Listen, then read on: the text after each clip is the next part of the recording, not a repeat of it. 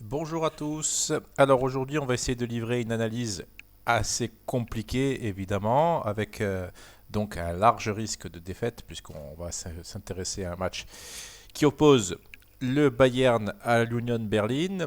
Et on va regarder vite fait déjà les absences. N'oubliez pas de commenter la vidéo, de nous suivre sur les réseaux sociaux. Il y a quelque chose à gagner, il y a un abonnement d'un an à gagner chez TP. Donc commentez, partagez un maximum cette vidéo si ça vous plaît. Après, voilà, on voit que les dernières vidéos n'ont pas été forcément. La balance n'a pas vraiment penché de notre côté, mais c'est le risque d'une analyse pré-match. Donc on essaye de faire au mieux. Donc le Bayern va recevoir l'Union. Ce qu'on peut dire déjà, côté Union, il n'y a pas spécialement d'absence majeure. Awoni est un attaquant habituellement titulaire. C'est une absence importante mais pas majeure. Geraldo Becker, c'est un peu pareil. Il est important mais pas majeur, il n'est pas tout le temps titulaire, lui il est déjà plus. Et côté Bayern, c'est ici qu'il faut s'y intéresser. On voit que Davis, bon lui il est tout le temps absent, Douglas Costa, Gnabry, Lewandowski, Tolisso sont absents. Davis peut avoir une importance, il peut être majeur à certaines périodes de la saison parce que des fois il est quasiment injouable et monstrueux. Et au niveau de la rotation, on voit que Leroy Sané est pressenti pour être sur le banc, tout comme Goretzka, comme Zoule. Donc déjà, c'est une bonne nouvelle pour eux que ces joueurs-là ne soient pas absents, puisqu'ils sont sortis sur semi-blessure donc contre le PSG. Et que dire sur ce match-là, si ce n'est qu'on se doute bien que le Bayern, à 4 jours, à quelques jours d'une échéance extrêmement importante pour eux, c'est-à-dire un match retour face au PSG, match qu'ils ont pourtant dominé à l'aller, eh ben, ils vont sans doute avoir, sans être trop devins, les têtes un petit peu à Paris, ce qui peut avoir des conséquences assez intéressantes pour le match de ce samedi. Pourquoi? Parce que l'Union, si on regarde un peu les statistiques, ça c'est le classement classique. On voit que l'Union Berlin est septième, ce qui est plutôt une bonne place, voire une très bonne place pour une équipe comme l'Union qui il y a encore 2 ans était en Bundesliga 2. Et si on fait les expected points, on voit que le Bayern n'est pas si dominateur que ça, parce qu'il devrait avoir 11 points de moins. Donc peut-être que la défaite du PSG s'explique, parce que tout le monde voit le Bayern énormissime, mais on sait que le Bayern est très très fort en termes collectifs. Par contre, ils ont des lacunes défensives, et s'il y a bien une équipe qui aurait pu, qui devrait et qui a su en profiter, c'est le PSG avec la vitesse d'Mbappé et ou de Neymar. Cela dit, ils ont quand même dominé leur match aller, donc il y a quelque chose à faire pour eux au retour, surtout s'ils ouvrent le score, sachant que Paris est une équipe qui doute. Alors, pour en revenir à notre match, on voit que l'Union est septième et en termes de points d'écart attendus, on voit qu'il n'y a pas une énorme différence. Il y a 9 points d'écart, ce qui n'est pas si énorme. Hein, en termes, si on vous disait à la fin de la saison que le Bayern, enfin aux trois quarts de la saison, aurait juste 9 points d'avance sur l'Union, ce serait assez difficile à comprendre. Qu'on vous dise qu'ils aient 9 points d'avance sur un poursuivant comme Dortmund, oui, pourquoi pas, puisqu'ils arrivent souvent à leur mettre un peu d'écart à l'issue de la dernière ligne droite. Mais l'Union, quand même, c'est quand même une équipe qui est censée être faible. Et finalement, ils n'ont pas tant de points d'écart que ça. Donc, ça veut dire quoi? Ça veut dire que maintenant, il faut s'intéresser aux côtes. Et on voit que ce Bayern a du 1,50. Alors, est-ce que ça vaut le coup? Ça, c'est vraiment subjectif, hein, bien entendu, de tenter ce Bayern à 1,50 contre l'Union Berlin.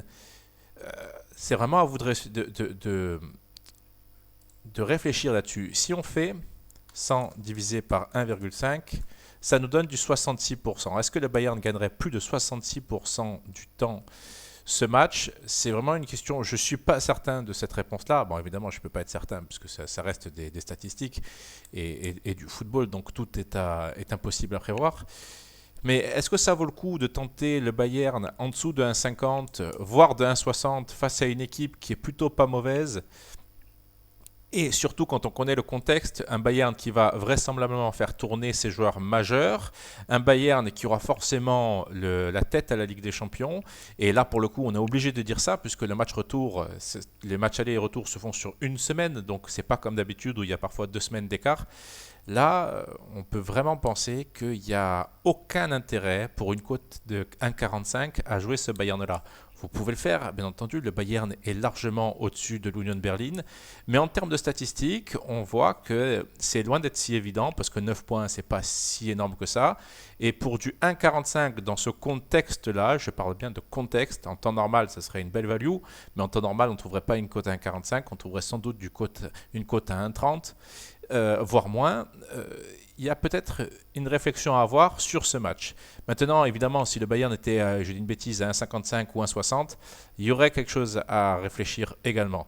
On va regarder, surtout qu'on sait que cette équipe de l'Union a déjà accroché le Bayern, me semble-t-il, cette saison, avec un match nul, un but partout, à l'issue du match aller, avec un match qui était assez rondement mené de leur part. Ils avaient vite ouvert le score, voilà, Promel qui avait ouvert le score et Lewandowski qui avait répondu.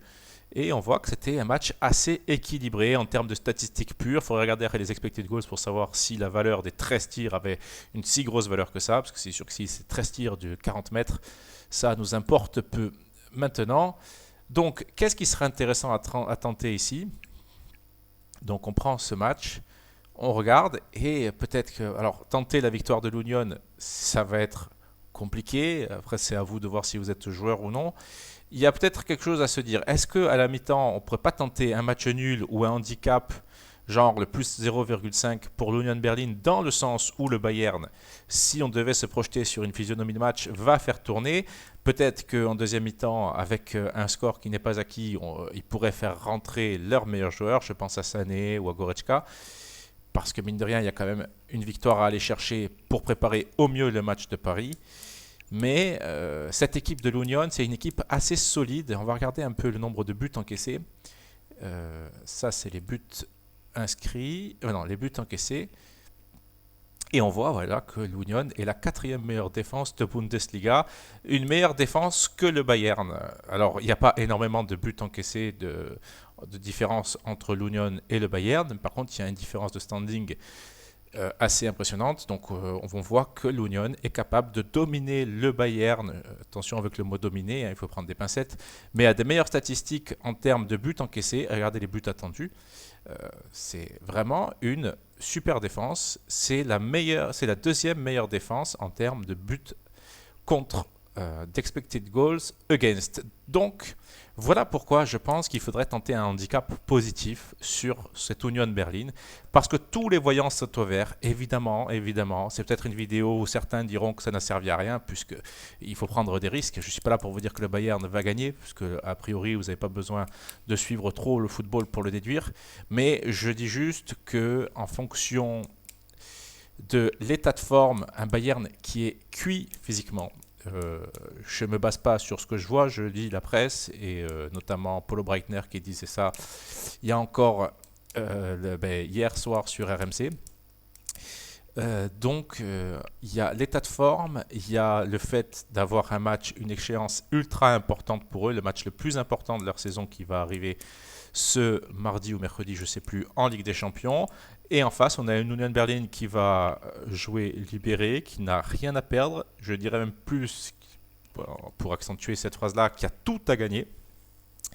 Donc, si l'Union, qui a un comportement collectif assez exemplaire, c'est-à-dire que c'est une équipe qui se bat ensemble, qui font les efforts un peu ensemble, donc il y a pour moi quelque chose à tenter sur peut-être le plus 1,5 ou le plus 1. Mais voilà, avant de jouer le Bayern et se précipiter dessus, réfléchissez toujours à la compo qui devrait y avoir. C'est-à-dire que là, on voit qu'on va avoir un petit peu de rotation. Musiala, Müller, Coman. Coman, dont justement Paulo Breitner disait hier qu'il était un peu KO. Choupo-Moting devant, j'ai rien à dire sur ce joueur-là, vu le match qu'il a fait contre Paris et vu les autres matchs où il était aligné. Ça reste un joueur intéressant. Maintenant, si le Bayern a aussi peu de réussite que face à Paris, il est quasi certain que l'Union saura en profiter, même si l'Union n'a pas les qualités offensives d'un PSG, mais saura peut-être se montrer un peu plus solide, dans le sens où le PSG a quand même concédé énormément d'occasions, et il me semble qu'à l'issue du match de Champions League, les expected goals reflétaient 3 buts pour le Bayern et 1,3 pour le PSG. C'est dire si le PSG s'en sort bien, mais malgré tout, ils ont fait le match qu'il fallait. Donc voilà, essayez de voir un peu ce que vous pensez de ce match-là, de toujours peser le pour et le contre. Une cote à 1,45 pour ce Bayern dans ce contexte-là, face à une équipe assez solide, Il y a peut-être un petit piège quelque part. Maintenant, évidemment, peut-être qu'ils gagneront 4-0 ce match-là. J'imaginais un match plus serré entre le Bayern et Stuttgart. Finalement, il y a eu 4-0. Mais je comprends un tout petit peu ce 4-0 parce qu'à partir du moment où le Bayern était à 10, ils ont joué plus bas. Donc Stuttgart n'a pas pu évoluer en contre. Et le Bayern a juste contrôlé Stuttgart pour placer des contres. Sauf que l'Union, c'est pas le même style d'équipe. C'est une équipe qui va jouer sans doute un peu plus bas. Et c'est une équipe qui joue ensemble et qui pourrait faire douter le Bayern au fur et à mesure de l'avancée du match. C'est pour ça qu'un match nul mi-temps serait vraiment envisageable et qu'il faut, à mon sens, je dis bien à mon sens, ne pas se précipiter sur ce Bayern et je partirai donc sur un Union plus 1,5 ou plus 1. Voilà, c'était une analyse assez courte. J'espère que ça vous plaira. J'espère aussi qu'on aura un peu de réussite, mais si on n'en a pas, c'est pas grave. Quand on joue des cotes à plus de 2, il est forcément normal de ne pas en passer très souvent. Sinon, vous imaginez bien que ce serait l'investissement le plus rentable du monde. Voilà ce que je peux vous dire sur ce match-là. Je vous prépare une autre vidéo avec une analyse express de quelques autres matchs. N'hésitez pas à commenter. Y a un abonnement d'1 an à gagner. Et puis voilà, et à dire ce que vous pensez, même si ça ne va pas forcément dans notre sens. On l'a vu sur la précédente vidéo où l'un des auditeurs nous a encore critiqué. Mais ça fait partie du jeu. Voilà, bonne journée à tous, bon week-end.